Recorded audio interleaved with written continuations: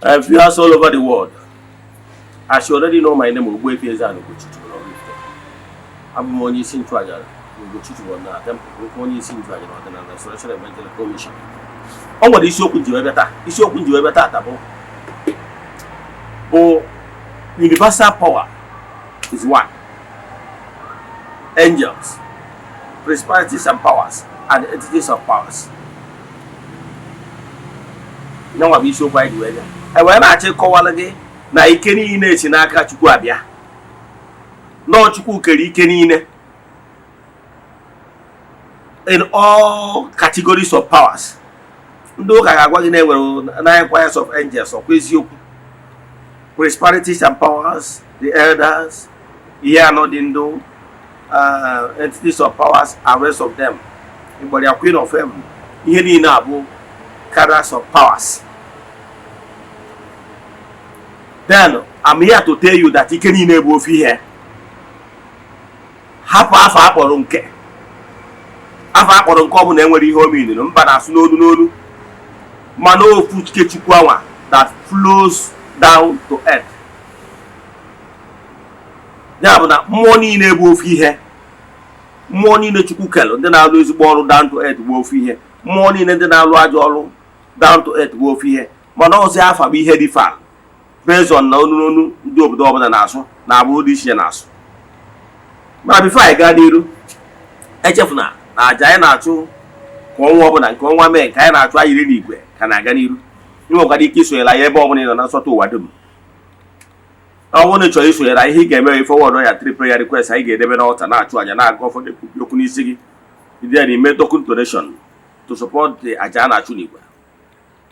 I won't know what I do when Uncle Yanota. Mobile Chok Abala family. Mobile Chok is when I have Eze-Ana Chuniwa. Chat him now WhatsApp 0805 7837 I repeat 0805 7837 or 0813 8243 871. In I screen up numbers in Dampon. Now let's proceed. Get a gun Kumakia. Issue Kwanyebo. Universal powers is one. Angels, principalities and powers and entities of powers. Better can go along the chaotic headed Okuwa. Tukwo Kepri me heading. Abros of Tukwo Kepri me heading in Kenya, Africa. The first son of God. Abros on Africa. All Chineke Kenda Africa. All Chineke Kenda Arab. All Chineke Kendi Jew. All Chineke Ndanya in Europe. Chukwu Gama from Africa Bangwe. Money no wabo fi here. Yes, here di Chebafa. Here na cheko walagebo na money in all the cadres of powers. Will all hacked in creation. And we don't do a jog. When the Nagari remember. When the Naze better. When the Naru ditch, there was division of labor. It is where Malo name with division of labor. Na cadres of government, the agents of government. To our case, we division of labor. No one more. Nebo one. Eto is where Agwadangana ethnic governance will prototype of what is happening in the spiritual realm. Where the eto is where we have to Maragat. No one mother. And we're head of government, where's Yoku, and we're the president. Where's the agents of government? Bido na PAMSEC, bido na ministries, bido na House of Rep, senators. Here I need parastatals, the police, the army, the civil defense, the road safety. Here in our parastatals of government. Here in our arms of government. Here government is in Akia where the government to do even where they oversee the territory of the country. It will accord to one more. Chukwu okike pụrụ ime ihe niile onye ike niile si n'aka ya bịa ekesigo the entire universe maka na ọ bụ Chukwu na ọ na the throne of grace. Then wee kezie his entities of powers o kere ha na ndabam n'ike dị iche iche etu o si wee kee ndị mmụọ ozi dị iche iche, ndị ozi dị iche iche, ndị na-anụ ọgụ dị iche iche, na ndị na-egbo mkpa na-agagharị na-atọ ndị mmadụ na-agbụ. Abịago kewaa ya ekewa. Ị ga na-anụ maka the angels, ị ga na-anụ maka elders, ị ga na-anụ maka principalities and powers, ị ga na-anụ maka entities of powers, ị ga na-anụ maka primordials, the primordial queen. Ihe niile abụ the cadres of power down to this gross material world. Achọrọ m ka m bido kewawara gị ya etu the powers si wee dị. Because after the throne of grace, you wanted the throne of the primordials. You wanted the realms of the matured beings. Wanted the realms of the spirits. Then what are the realms of dynamistics? If you want to know one model, the realm of the gross material, the one model, and afwanya.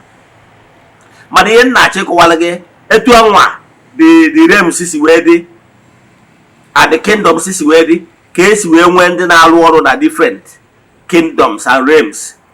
The same way as we went then they are Josie now the Federal Republic. When they Josie at state level, when they Josie na local government level. Yen ja like na kuzin na matubo, kisi e wotara ihe nkowara, ke wota ihe mara na.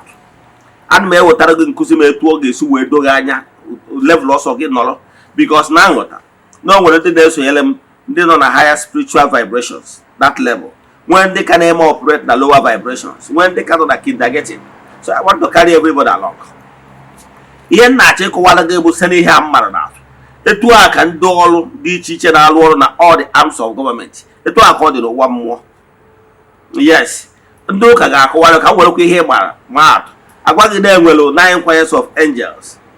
Na-enwere angels, the cherubim, the seraphim, the archangels, and so on and so forth. Then, and match way no to at the tourists were the name of the throne after the divine throne. Name of the throne of the primordial, for the throne of the primordial queen, Eze-Ana. Yes, no can leak here as soon as Eze-Ana anywhere. The queen of the sea. Then, Eze-Ana, Agwagi, Don Yabu, the queen. No, I know about the queen of the 1 million Makia. Yes, and what I find each channel where. So, when say the elemental means in the Nalo, no cricket by day to day activities. So, what I'm telling you, Bona, they too are case work all work, of whom one in each work from the elemental beings to higher entities. They too are as well or no. However, obodo ọbụla na-asụsụ ọbụla na-enyezi ha afa dịka asụsụ ha na nghọta na kọlchọ ha si dị, mana ofu ala ya ji aka a na-achụrụ anụ Chukwu okike pụrụ ime ihe niile. Ị ghọtara ya ka mmakwala ga-atụ ka i wee ghọta ya. The elders bụ the elders na asụsụ ọbụla anyị nwa na ọdịnala Igbo anyị na-akpọ ya ndị ichie, ndị oyibo na-akpọ ya ancestors, ndị ọdọ nkwere ihe a na-akpọ nke a na-asụsụ nke ala ha, but a na-refer to the same people, the matured human spirits, yes, that once lived here on earth. Now, etu a ka esi wee nwekwa ndị ọhụrụ na-akpọ nke ha n'afa ka mmakwala ga-atụ the primordial queen. Ndị Catholics ya agwa gị na onye abụ Virgin Maria. Ị ghọtara ya? Mana anyị bụ ndị ọdịnala ga-agwa gị na onye abụ Eze-Ana mmiri. All the attributes o nwere ibidoro na ancient books. Echetakwa ije na akwụkwọ agba ochie ị ga-afụ ebe akụwara gbasara the ancient queen, the primordial queen. Yes, ọkwa nye maka ndị Catholic describe kwara ya ka ọ bụ adịghị etu akọ dịkwa na ọdịnala, mana ofu da primordial queen ka a na-ekwu maka ya n'asụsụ ọbụla ka mmakwala ga-atụ Chukwu okike pụrụ ime ihe niile onye ike niile si n'aka ya abịa. In Igbo spirituality anyị kpọrọ ya Chukwu maka na anyị mana o nwere ndị small gods okere, mana onye abụ karịsịa anyị kpọọ ya Chukwu okike, Chukwu nke kere ihe niile, onye ihe niile si n'aka ya bịa. Then mana ndị ọzọ ụmụnne anyị dị na-eti ndị Hindu, the Hinduism, ha kpọrọ ya Bhagwan. Bhagwan bụ afa ha na-akpọ the creator of the entire universe. Ụmụnne anyị ndị na-asụ sịpịrịsịpịrị ndị English kpọọ ya God. Ịghọtara ya? Ndị ọbụla kpọọ ya, ndị na-eti isi na kpọọ ya Allah. So ndị ọbụla nwere ihe a na-akpọ ya. Then etu a ka ọ dịkwa the Jewish people. So ndị ọbụla nwere ihe a na-akpọ ya. Ụfọdụ ya asị na Adonai, ụfọdụ asị na Elohim, ụfọdụ akpọ ihe ọbụla akpọrọ ya. But the most important thing, bro, they are referring to that the greatest Godhead. So etu a ka ọ dịkwa na anyị gbadatara na mgbadata anyị. Then anyị nwebezie ndị anyị ka ntana n'ọdịnala Igbo, nwebe ndị egede na ndị mbụ, ndị gboo, ndị ancient. Anyị nwebeziri nwebe ma ndị okenye, nwebe ndị niile anwa na-agbadata, nwebezie gbadatawazie, nwebezie ma Amadioha, nwebe udo ha, nwebe ekwensu ha, nwebe mmụọ dị iche iche, nwebezie ma Amadioha, nwee ma ụlasị, nwee ma nkene. Ihe a niile bụ entities of powers down to this gross material. Gbadatakwara n'Igbo spirituality. Agwaghị na enwere anyị nwere mmụọ mmiri, anyị nwere eze nwaanyị mmiri, nwee mmụọ mmiri, all the level by level, when nke bụ the eze, the mother of them all. Yes, the queen of the sea, the primordial queen herself. You understand this? Then gbadata akwụkwọzie na enwere other words anyị kpọrọ mmụọ mmiri. Ndị mmadụ ya asị gị nọọ mama ịghọta. Ịghọtara ya? Akpa ya mama ịghọta. Ndị oyibo gwụkwara n'ọhịa ka na-akpọ mermaids. Ịghọtara ya? Na enwere the sprites, ndị dị na-awụ mmụọ dị iche na mmiri. Mana ihe na-achọ ịgwa gị na na-abịa n'ala Igbo anyị kpọọ ha mmụọ mmiri, mana ofu mmụọ a ka a na-erifa. Weda ma mmadụ ọ na-akpọ the mermaids, ofu mmụọ a ka ọ na-erifa.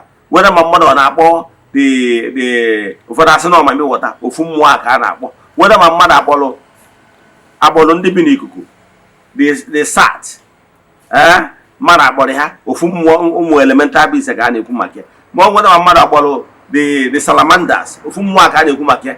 Weda ma mmadụ akpọrọ the gnomes, the elves, ihe niile awụ ofu mmụọ ka a na-ekwu maka ya. Gịnị ka a na-ekwu maka ya? Ihe niile abụ elemental beings ndị na-agagharị na-eme mma, na-arụ ọrụ dị iche iche. So those elemental beings no Igbo spirituality nwere afa anyị ji mara ha. Etu a ka ọ dịkwu na agbụrụ ndị ọzọ. Agbụrụ ọbụla nwekwara ihe ha ji mara ya na agbụrụ nke ha. Agbụrụ ọbụla nwekwara ihe ha ji mara ya na agbụrụ nke ha. So gịnị ka m na-ekwu maka ya? Ihe m na-ekwu maka ya bụ na mmụọ niile nọ n'ụwa bụ ofu mmụọ.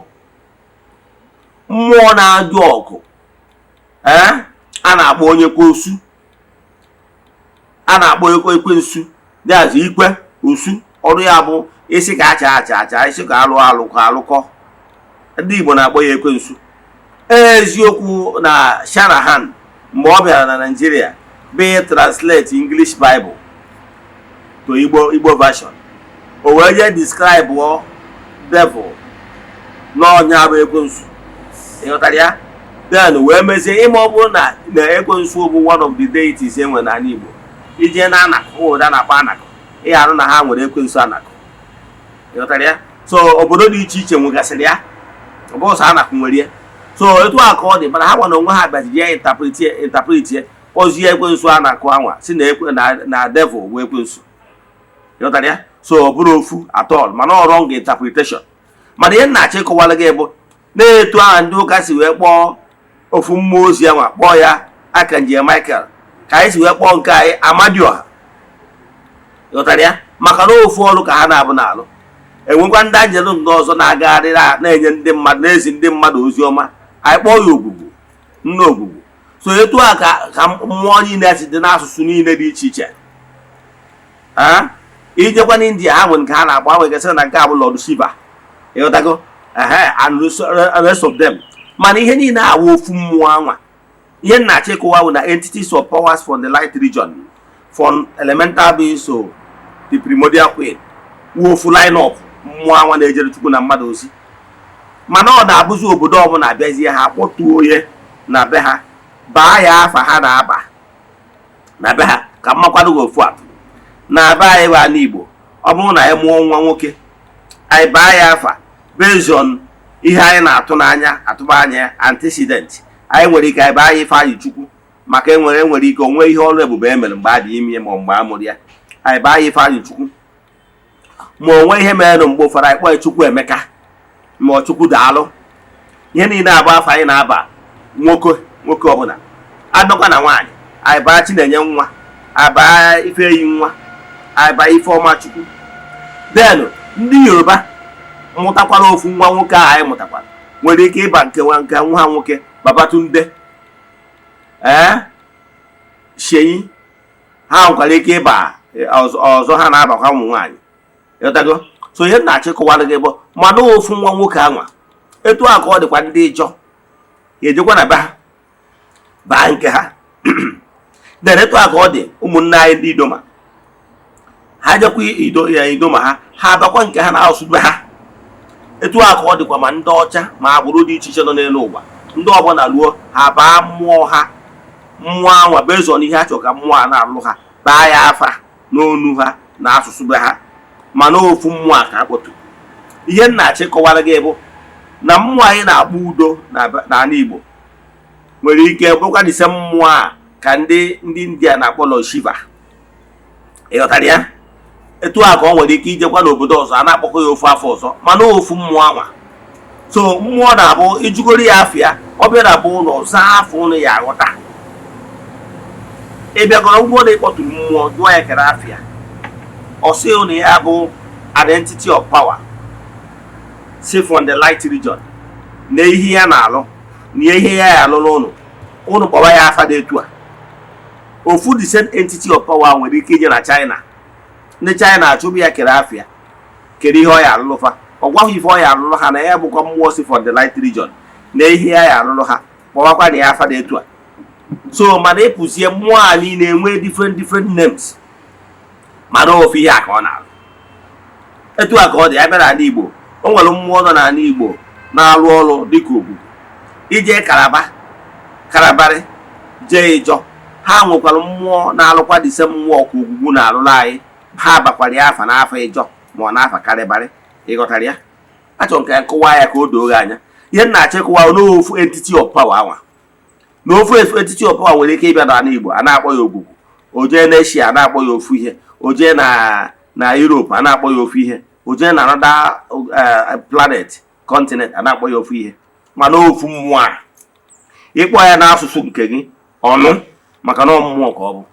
Etu a Chukwu Okike si wee nọrọ a na-akpọ ya afa dị iche iche n'asụsụ dị iche iche n'obodo dị iche iche mana ọ na-anọkọta ncha niile maka na ofu Chukwu a. Ịghọtara ya? Agbọrọ m ka m esikọwara ya ka ịghọta ya. Eji n'aka na ị na-aghọta ihe m na-ekwu. Ihe m na-akọwara gị bụ n'ofu Chukwu a na ofu mmụọ a na-alụ ọrụ n'ụwa niile. Gị hapụ afọ akpọrọ ya whether ma ọ fall under the entities of power ma ọ fall under principalities of power ma ọ fall under angels, ihe niile awụ ofu mmụọ. N'ọzi ndị ọnwụ na-abatazi ha akpọọ nke ha afa n'asụsụ nke ala. Ka m kwụsị ebe a. Ọ bụrụ na o nwere ajụjụ ị nwere n'ihe a nkọwara gbasara names entities of powers, etu a ka ọ dịkwa mmụọ na-alụ ọrụ ọjọọ, mmụọ ọjọọ dịka m gwara na enwere ezigbo mmụọ nwee ajọ mmụọ. Etu ahụ mmụọ ajọ mmụọ si nọrọkwa na etu a ka ajọ mmụọ anyị nwa na ndị Igbo na-akpọ ya ajọ mmụọ, the negative vibrations, mmụọ ndị na-alụ ajọ ọrụ. Ijekwa obodo ọzọ na agbụrụ ọzọ ha nwekwara afa ha na-akpọkwa ya mana ofu negative vibration a ka ọ bụ. So mana ike niile si n'aka Chineke onye kere ya n'igwe na ala na ihe niile dị n'ụwa. So nkwụsị ebe nwa ajụjụ na nkụzi a ma ọ bụ na ị chọrọ ka a gbara gị afa miri emi, nwa ajụjụ nwere chitere m jụọ m na WhatsApp 08057837672 maọbụ 08138243871. Ị na-anya na screen gị ga-afụ those numbers and kpọrọ. May the blessing of Chukwu Okike pụrụ ime ihe niile be with you all. May you be protected, may you be favored, may you be uplifted. N'aha Chukwu Okike pụrụ ime ihe niile ike niile si n'aka ya. Ka emesịa na udo dịrị unu.